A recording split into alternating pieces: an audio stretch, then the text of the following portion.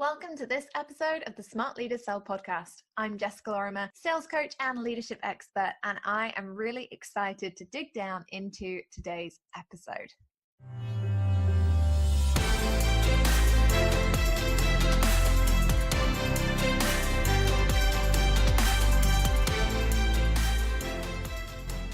So today I'm having one of those frustrating days where the builders fairly close to us just keep building. All day they just keep building, and I'm like, oh my goodness, I need to record my podcast. Do you not know how this works? So today's episode, Scott and Jesse, I know I'm going to do the very best that they can. If you do hear some builders beeping or shouting or doing anything in the distance, I apologize for them, and please know that I have given them a dirty Jess glare out of my window so that they know exactly how much they are disturbing our podcast time together today. So today's episode is an interesting one. We're going to start talking about pricing, but I just want to take you on a little journey. Okay, so if you're not walking the dog or driving or doing something that requires your eyes, I just want you to close your eyes, take a little walk with me for a minute. And the exciting place that I'm going to take you today is my local supermarket. I bet you weren't expecting that. But I want to bring you to my local supermarket, which happens to be a Tesco's, which I don't visit all that often because home delivery for the win. But I'm bringing you to Tesco's. And the first thing that we do when we go into Tesco is we walk in these big open doors and you have to fight for a trolley. So imagine I have very sharp elbows. I'm fighting for a trolley. And we walk through the automatic doors in the porch and we go into this huge superstore. And I kid you not, my local Tesco is massive. It's like double floored. And so we're walking around and the first aisle we come to is DVDs, because obviously the first thing I want to buy when I go to my supermarket for my groceries is the latest hit DVD with, whoever happens to be popular at the time. And we scan those on the left-hand side of us. And on the right-hand side of us, they have these special offers, okay, for things that are really exciting, like bleach or cleaning products or beer. I actually really much prefer it when they have Prosecco on offer, but for today, let's be realistic. We're probably looking at DVDs to our left, bleach and beer to our right on special offer. And we're walking through Tesco, and Tesco has like 18 aisles. So it takes us approximately an hour to walk around together to, fight the aisles with other people who are also incredibly stressed about being there, who really don't want to be there. And we pick up some stuff for a Sunday roast. We get a joint of pork and we buy some potatoes and we get some fruit because, hey, healthy week, feeling it. And we do the whole shop and we get to the end of the shop and we've gone through all the 18 aisles and the only aisle left is alcohol. So of course, 2 bottles of red wine because chuggable. And I need to stop drinking Sam's Nice wine. And then we kind of meander back on ourselves, okay? And we get to the checkout. And we stand in the queue and there's always people in front of us, probably like 2 or 3 people with incredibly full trolleys. Because we haven't gone on just any day, we've gone on a Saturday, so of course it's busy. And we're sat there and we're waiting. And we put the stuff on the little checkout, whizzy escalator type thing. And it gets to the cashier and she does the whole beep, beep. Have you had a really nice day? How's your Saturday going? Are you doing anything more interesting than going to Tesco afterwards? And we're like, yeah, beep, beep. We're rushing through the packing. And then she's like, right, it's going to be £160. And you're like, right, okay, cool. And I take out my card and I pay because it's my shopping and making you pay for it would be a bit weird. And we walk out of the store.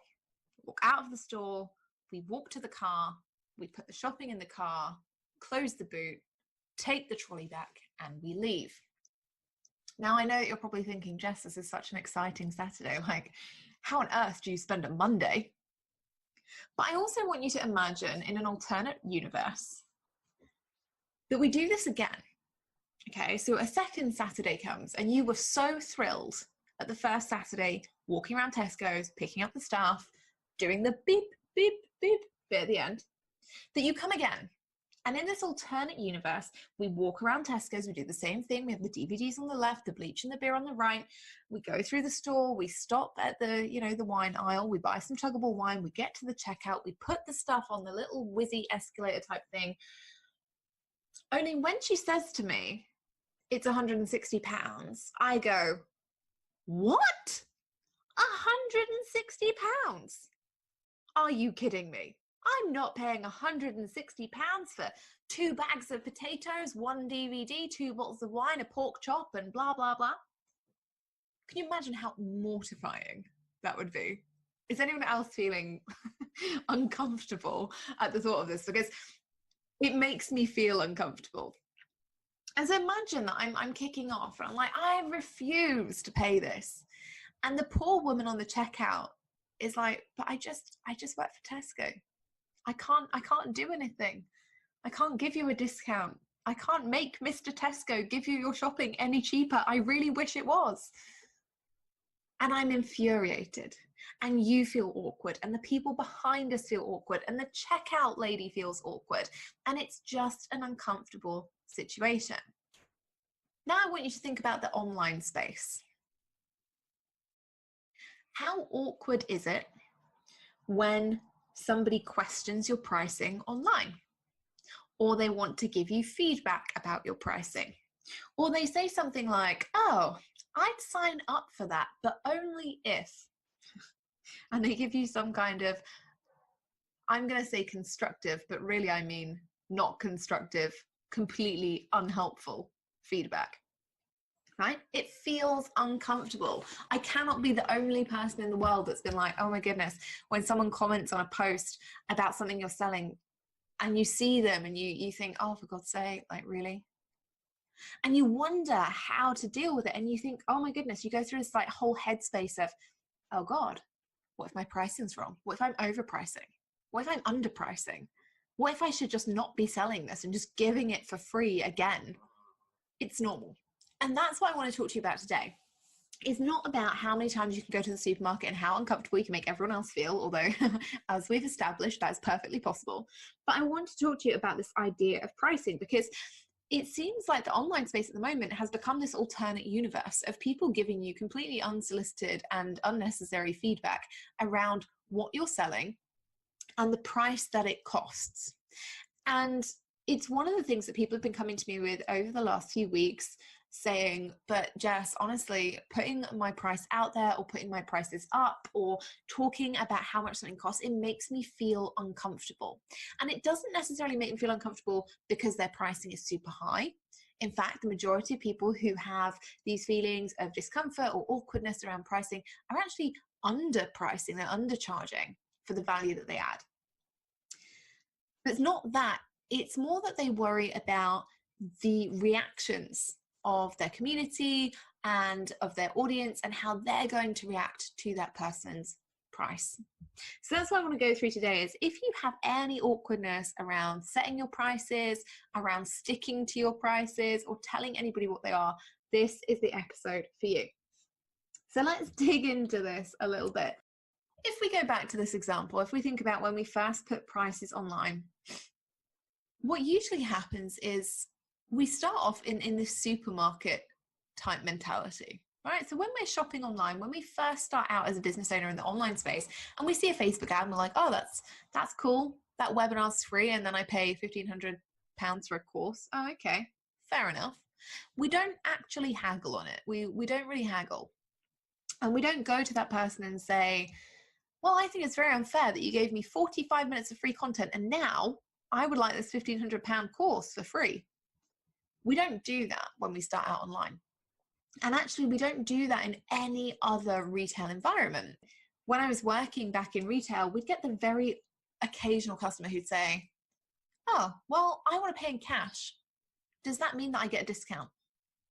No, it actually takes me longer to count cash than it does for your card to go through and print off a receipt that tells the company that I have not stolen your money.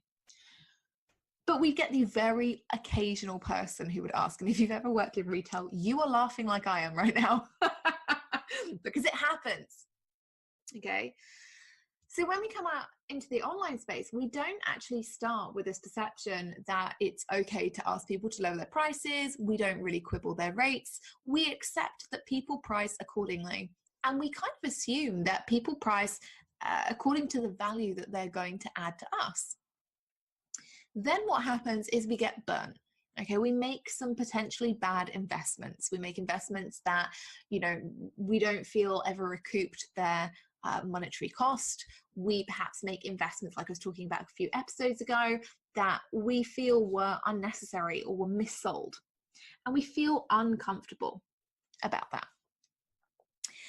And that's when we start in our head questioning prices, but not necessarily other people's. In fact, the first prices that we question are our own, because when we've been burnt by a crappy service, the first thing that we do is we go, oh my goodness, how can I provide a better service and how can I do it cheaper so that more people buy my stuff before they go and buy XYZ person's terrible stuff? And that's when it happens. That's when we open ourselves up to this feedback loop from potential customers, from clients, from general audience members, from people who are never going to buy from us, about our pricing structure. Okay, so the first thing we need to do is figure out, well, how can we price accordingly and how can we be confident in our own pricing?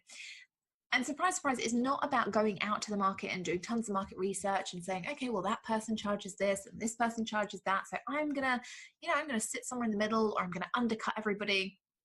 That's not really a tip-top pricing strategy.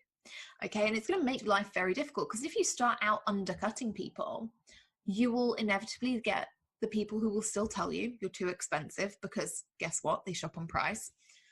Or you will get a bunch of people who go, do I really want to buy that? Because you get what you pay for, and that just looks too good to be true. Yeah, and so they don't buy it for that reason. So when we're actually looking at pricing, we have to start thinking about, well, what's the actual value that this person is going to get? What's the transformation that they are going to get from buying my product or service? And so we start thinking about, well, actually, what is this worth to them in the core area or of the problem that I'm trying to solve? So for example, I sell sales. If I say to somebody, you can pay me £1,000 and I'm going to help you with a strategy that's then going to make you £10,000 a month, that £1,000 is a really good investment, and that ROI is really solid, okay, for them. But actually that ROI might not feel solid to me, because to get them from making nothing to making £10,000 a month is actually quite a lot of work on my part, in terms of strategy, in terms of support, in terms of implementation. So I might think, well, actually the transformation that I'm adding there, that they're getting, is worth so much more than what I'm charging. And as a result, I feel a bit resentful of that. So that price doesn't work. Because if I'm not showing up to work and I'm not super happy and super excited and feeling really excited about working with the client, but also really fulfilled financially, it's quite likely that I'm not going to do the best job I possibly can. Okay? So we have to start thinking about this in terms of value. What's the value that you're adding to them?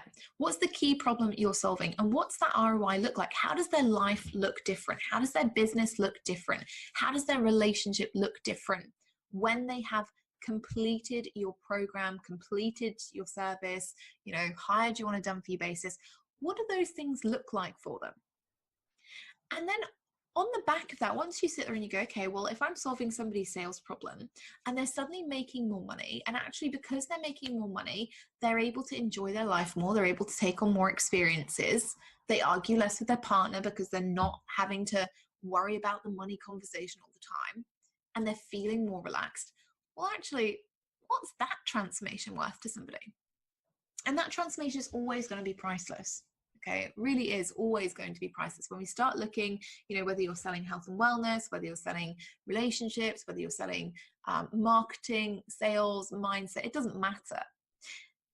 The thing is that everything is related. So when somebody is happier or more productive in one area of their life, they are immediately going to have that bleed into everything else that they do. So your transformation becomes even bigger than it may have initially been.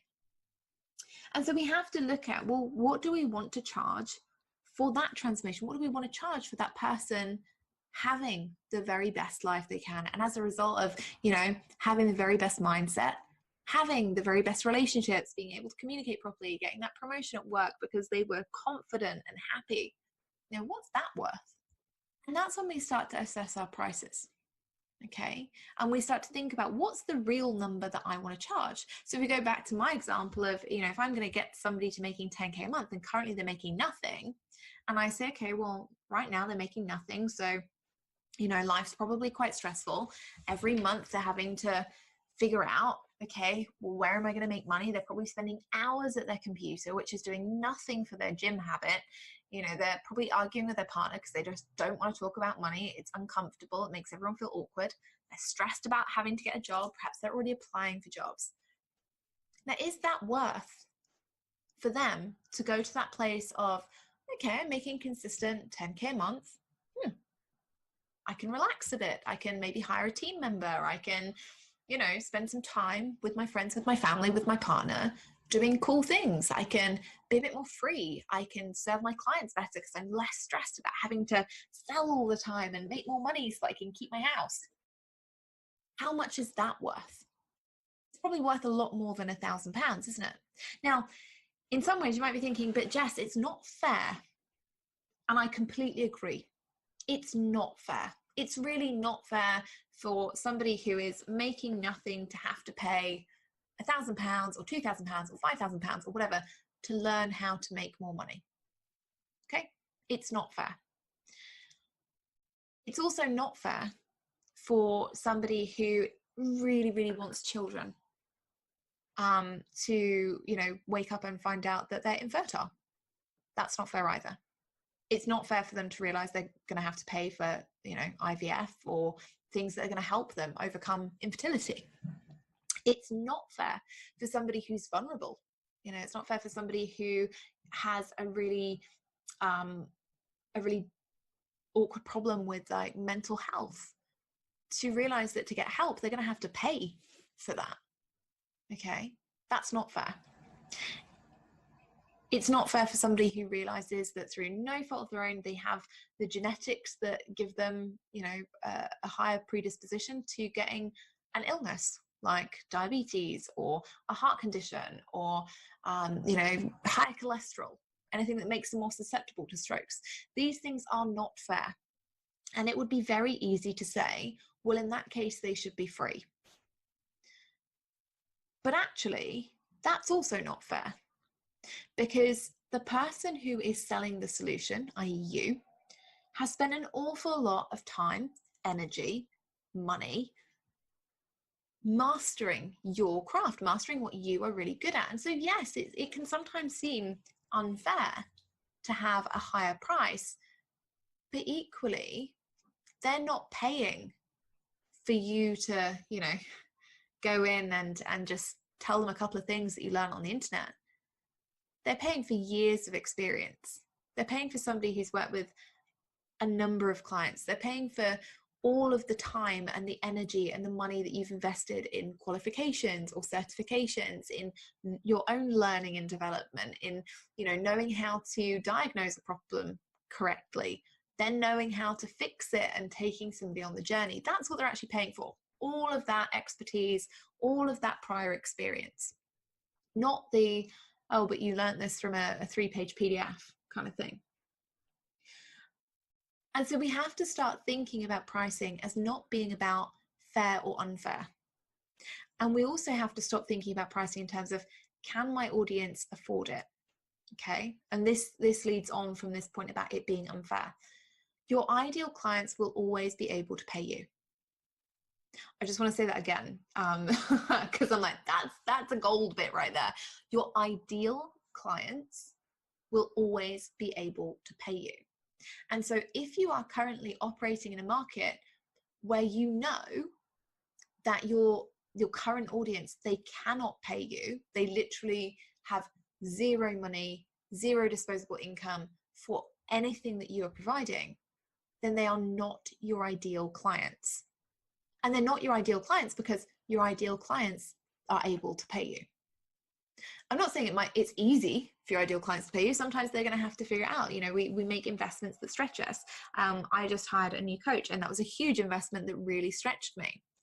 But I knew that the ROI was going to be so much greater than the investment that I would make. And investment is a rite of passage for our customers. Okay, if we give everything to our customers for free, especially stuff that solves their problems at a super high level, what it can say to our customers is, well, we don't really value your problem. Your problem is not worth an expense. It's not worth investment. It's just, you know, nah, we'll solve it. It's free, whatever. It's not valued. And the thing is, when we give people free stuff, they don't always use it. You know, and as I'm always saying to you guys, when you invest, you implement.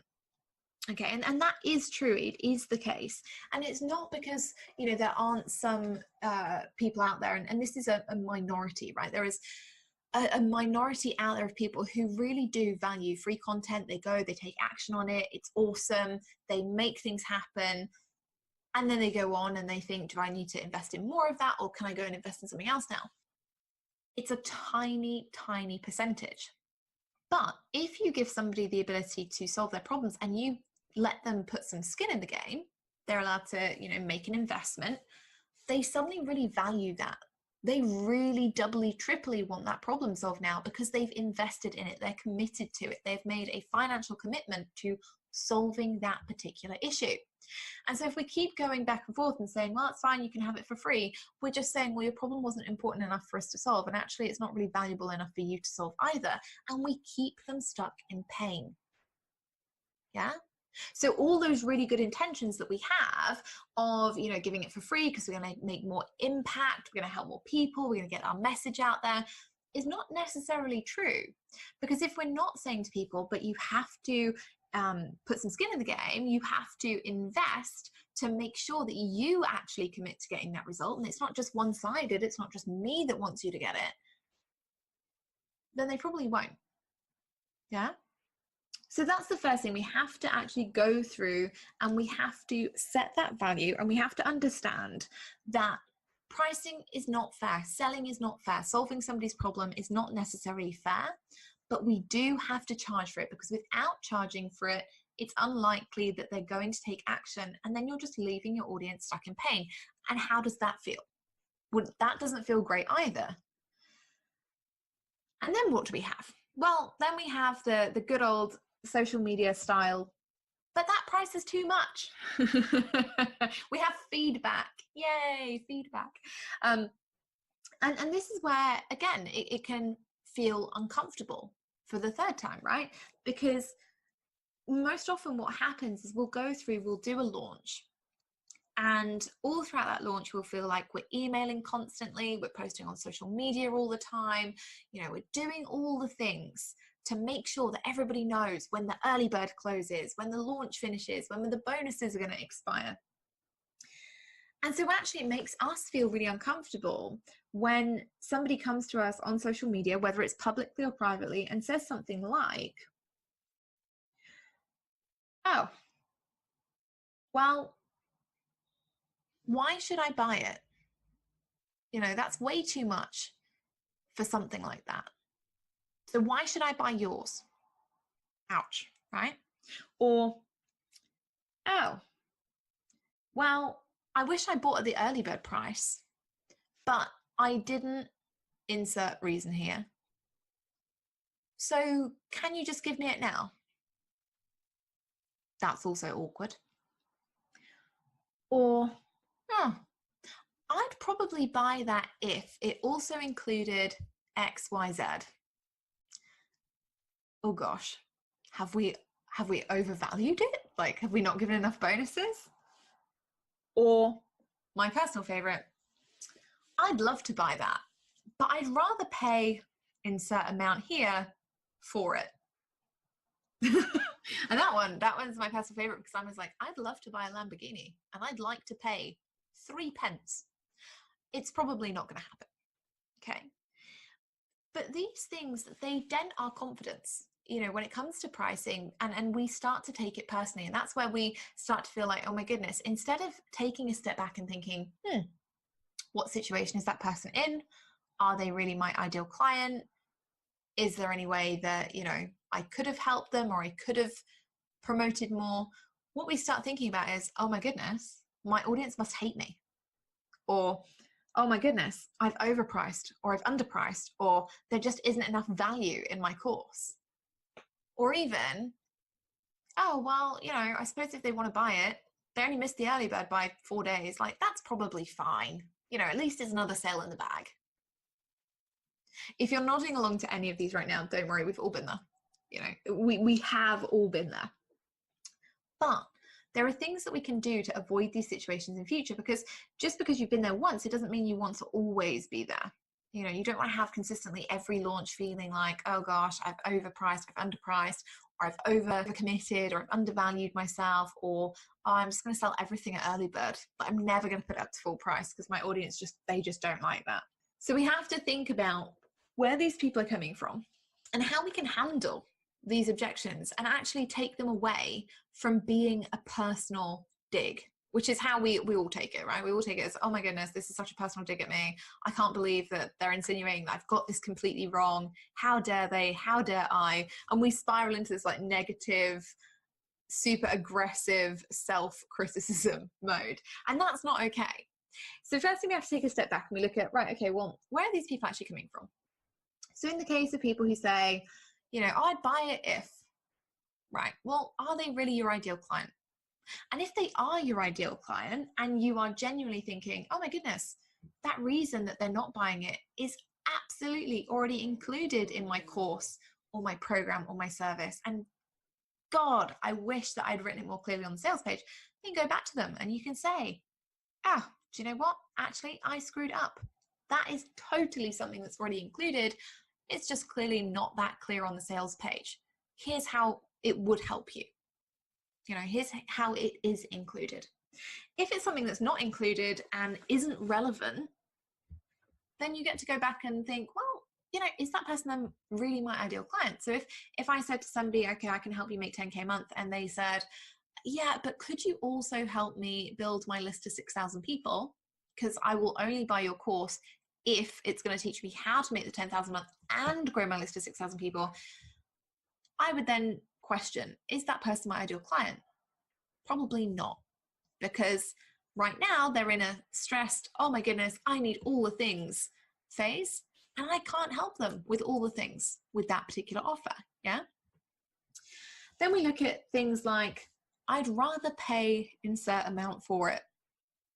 Now, this can sometimes be an indicator that you have overpriced or underpriced. So sometimes people come to you and say, I'd actually rather pay more for this. It seems really valuable. I know that sounds strange, but people do this.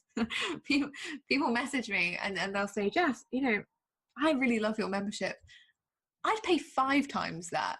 And I'd still be considering myself to get value and getting an ROI. And I'm like, oh, okay. But you also get the people who say, I'd rather pay, and then they have a lower amount. I'd rather pay this lower amount for it. And so you have to look at, well, go back to the basics. Is the value that I'm adding worth the amount that I want to charge? Or have I been a bit overzealous? Have I charged it, super, super high? Am I, for example, selling a book and I've priced it at £50,000?